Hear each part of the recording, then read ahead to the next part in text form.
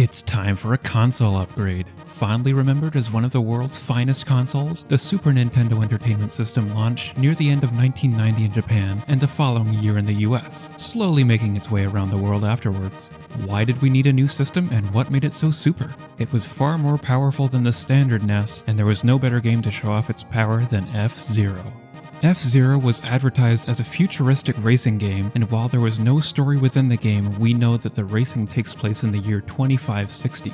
A group of billionaires created a new form of entertainment, like Formula 1, but faster. Naturally, something faster than F1 would have to be called F-Zero. As a game, it is an arcade-style racer, meaning that the gameplay is purely focused on racing. Sadly, the drivers of the playable machines aren't introduced within the game, so I'll have to introduce them with their machines. Firstly, Blue Falcon, driven by the man who would later become the face of the franchise, Captain Falcon. Next up, the Golden Fox, the car with the quickest acceleration from the available selection, and driven by Dr. Stewart. The third option is the Wild Goose, driven by Pico, an ex-soldier turned hitman. According to his picture in the manual, he is not human, but is some sort of turtle-like humanoid. Finally, we have Samurai Goro driving the Fire Stingray, a bright pink car but painted with flames at the back. It has the slowest acceleration but the highest top speed, and it also happens to be the heaviest. Now let's talk racing. In Grand Prix mode, you can select Knight League, Queen League, or King League. Each league contains 5 races on different circuits, gradually increasing in difficulty. The Knight League contains a simpler selection of tracks, although the difficulty will sneak up on you later. In addition to track selection, you can also select beginner, standard, and expert difficulty, which relates to how hard it will be to win a race against the other CPU-controlled drivers. When I say that F-Zero is fast, I truly mean it, and players had never experienced anything like it. The speed is incredibly intense and difficult to handle, but in a good way. Overall, I'd say that the controls were suitably easy to learn, and from there I slowly figured out more ways to improve my car control abilities. And having control is crucial, because you will take damage from hitting the walls and other cars, making it possible to crash out early. Realism in a Nintendo racing game? Modern fans can't believe it. Additionally, through the 5 laps of each circuit, you'll have to stay above a certain placement in order to stay in the race. Several identical machines with unnamed drivers are also in the race with the 4 named characters, and dropping to 20th or lower will result in an automatic disqualification for the player. That shouldn't really happen accidentally though. What you will need to worry about is the safe marker next to your rank marking in the top left. This indicates the position that you will need to match or stay above at the end of your current lap, starting at a mere 15th place for lap 1, but requiring a top 3 finish by the end of lap 5. Failure to finish a race in the top 3 will force you to restart the race. There is also a live system in place for the duration of a league, meaning that if you run out, you will then have to restart from the first track. I gave each car a fair try, and ultimately I liked the Fire Stingray and Golden Fox better than the Blue Falcon and Wild Goose, which is funny because those two are more or less the opposite of each other. My early favorite was the Golden Fox, as I found its high acceleration was beginner-friendly. It was very slidey around corners, but on heavy braking corners, the acceleration gave it a large advantage.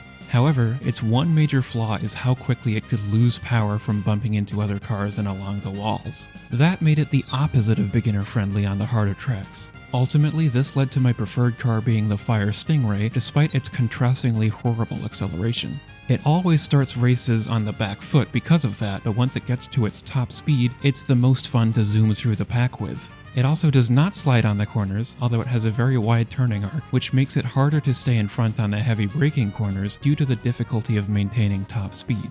The Knight League begins in Mute City with the most simple track of them all. None of the tracks are integrated into the environment, instead they all appear to be held above it. Nevertheless, the details of every environment never failed to impress me, and the instantly visible graphical improvements were made possible by the SNES upgrades. After Mute City is Big Blue, introducing some slightly sharper corners and also a brief ice section at the end of the lap. Then it's Sand Ocean, a more twisty track but nothing too sharp for the Stingray to handle. The fourth track is Deathwind, an intriguing concept. The track is just an oval, but on the long straights, the wind is strong enough to constantly push cars sideways. On previous tracks, you could refill your energy on the side of the track at the beginning of the lap, whereas on Deathwind, the refill covers the whole track near the end of the lap. The league concludes with Silence, which is definitely a complex track. There's a narrow shortcut early in the lap containing landmines to avoid, right before a jump over some dirt. This isn't the first time you'll see a jump, since there was a ramp in Mute City, but this is the first time it's faster to take it. The second half of the lap consists of several quick 90-degree turns, and you will likely have to brake to avoid the walls. I wasn't good at this track, but it was my favorite of the bunch so far. Another element that the SNES instantly improved over the NES was the music. We've upgraded from beeps and boops, and while several composers made impressive tunes on the NES, the SNES just sounds more pleasant. It's still far from realistic, but there are so many more sound options, on top of the ability to use 8 sound channels at once to create more texture. The composers for F-Zero made a stellar soundtrack with lots of fast-paced songs to match the high-speed racing, and I can find no faults with it. F-Zero is truly a fantastic launch title, and the more I played it, the more I couldn't believe Nintendo were able to produce this game for the console launch. It shows off the musical capabilities perfectly and shows off the console's boosted power in the incredible racing. Speaking of boost power, that's a term you may know if you've played later F-Zero games, and in this one there is also something similar.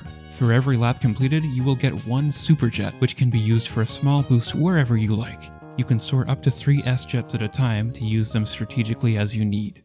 On to the Queen League, starting with Mute City 2, which is the same as Mute City 1, but with one minor layout change, and held at dusk. Port Town is next, a simple track which introduces more dangerous gimmicks. The first is a jump over nothing, and if you don't land on the track, it's an instant loss, and later in the lap there are magnets on the walls pulling the cars towards them. Then we have Red Canyon, which is a good test for your handling of corners without introducing anything new. The league ends with Whiteland 1, followed by Whiteland 2. Whiteland 1 could have been my favorite course if the jumps over the heavy snow were placed more conveniently, but I otherwise enjoyed this twisty track and the ice and snow hazards. Whiteland 2, on the other hand, felt more like an obstacle course than a race course. Anyone who's played this game will remember the jump on this track because it's huge and I was perplexed by it. You need a very high speed to make it over, and right before it is a section with very sharp and therefore heavy braking corners. I couldn't even get enough speed with the Blue Falcon, which has the second best acceleration, so for a while I had no idea how to clear this jump without using the Golden Fox. It turns out that holding down makes you go further on the jumps. What? Last, and certainly the hardest, the King League. Mute City 3 is more of the same with a few added mines and held at night, but Deathwind 2 afterwards is where the insanity begins. Don't be fooled by how simple Deathwind was before. This time the back straight has been replaced by several 90-degree turns with ground boost panels that are essentially death traps waiting to launch you into a wall. Losing control of your car at a high speed is like helplessly watching a pinball bounce around. To use a pinball term and a more modern term all in one, easily the most tilting part of the game was the backmarker cars. The identical orange cars are never a factor in the race, nor can they be disqualified for their rank in the race. The only conclusion I can make from this is that they exist to get in your way, which is not an obstacle I needed, and it seems like those with low power ready to blow up on contact purposefully move towards you, and then pinball ensues. They're naturally worst on the hardest tracks like Deathwind 2, appearing at the most inconvenient times. Racing in F-Zero has an added visibility challenge since the SNES can't render much of the track at once, and it can become a reactionary game when starting out. I was able to adapt to it easily enough, but add in back markers on corners? Okay, I'll stop there. This game is still beautiful, it's just extra tough. Back to finishing the King League, Port Town 2 is third, and it's an extended version of its previous track with much harder corners at the end. Red Canyon 2 takes the penultimate track spot, and I actually didn't find it any harder than Red Canyon 1. On one hand, it felt out of place in the King League, but it was also nice to have a difficulty break before the final showdown on Fire Field. Your first finished attempt at this track will likely take longer than 4 minutes, and it's as if all of the hardest challenges combined into one track, surprisingly excluding any jumps. I found it intriguing that the energy refill was like a pit lane at the end of the lap far off the main road. 15 tracks is a good selection for a racing game of this time. There are no real dud tracks, even if there are some I wouldn't choose to play. After finishing a Grand Prix League, the game will show you your best times on each course in the game, which adds some replay value in trying to beat those times. Unfortunately, there is no time trial mode to do this efficiently. There is a practice mode where you only race against one rival, but bizarrely only 7 tracks are available in this mode. I also think that a racing game should have some multiplayer capabilities, and that is also missing here. That being said, this is so impressive for an early SNES title as it is, and I'm not sure the console could have handled an extra player. The lack of these modes may take away some replay value, which is very important in a racing game like this, but the difficulty of the CPU racers adds some back. Once I switched to the Stingray full time, I was able to comfortably beat standard difficulty, and almost expert difficulty too, but not the King League. However, if you can beat a league on expert difficulty, you will unlock master difficulty for that league. As far as I can tell, you only need to finish the races, not win them, in order to unlock the final difficulty. Early racing games are infamous for something known as rubber banding, and that's basically how the difficulty increases. The better you do, the better the CPU racers do. Master difficulty is designed such that your top speed doesn't matter, because if you slow down, someone will pass you.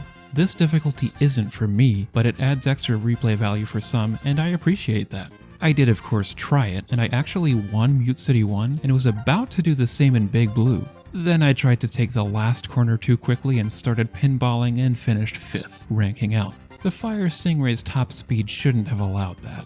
Well, that's just about everything F-Zero has to offer. It's intense, but very fun for racing fans, and is undoubtedly the more impressive SNES launch title. Yeah, I said it. This game will frustrate you at times, which can be a mix of your mistakes and the game being ever so slightly unfair. Overall though, it's a brilliant game. Therefore, my final score for F-Zero will be 8.4 out of 10. This is possibly the only racing game on 2D consoles that stands up to any of the more modern 3D racing games. Not only is it far ahead of the racing games of its time, I found that the replay value could rival any of the top racing games of the modern day. It's a game that you should play if you enjoy going fast and if you like extra challenges in your racing. F-Zero successfully became a game series, very loved and looked back upon longingly, because this series has been dead for about 20 years and nobody knows why.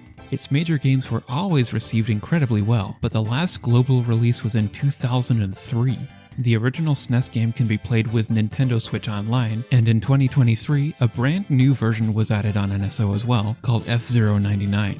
It's essentially a remastered version of the SNES title that can be played with up to 99 other real players. Nintendo finally acknowledged the series without giving us a totally new game.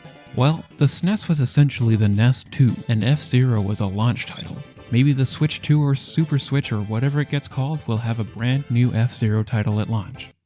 Yeah, cope. Taking a trip back in time, everyone was very impressed at how F-Zero showed off the power of the SNES. It was not just another racing game, and people who didn't usually enjoy racing games were able to enjoy this one. Nintendo Power featured a 10-page guide and awarded it an average score of 4.225 out of 5, while Electronic Gaming Monthly gave it a similar average score of 8.5 out of 10. I've seen multiple sources claim that F-Zero was 1990's best scoring game in Japan's weekly gaming magazine Famitsu, but looking at that week's issue, it's clearly given an average score of 8 out of 10. Still very respectable, but not up at the 9.25 average I've seen claimed. Tell me, did you agree with the points I've made? What rating would you give F-Zero for the SNES, initially released in 1990? Remember to like and subscribe and all that if you enjoyed, so that these YouTube stats can look a little prettier. As ever, thank you for watching, and please continue to be your own unique self.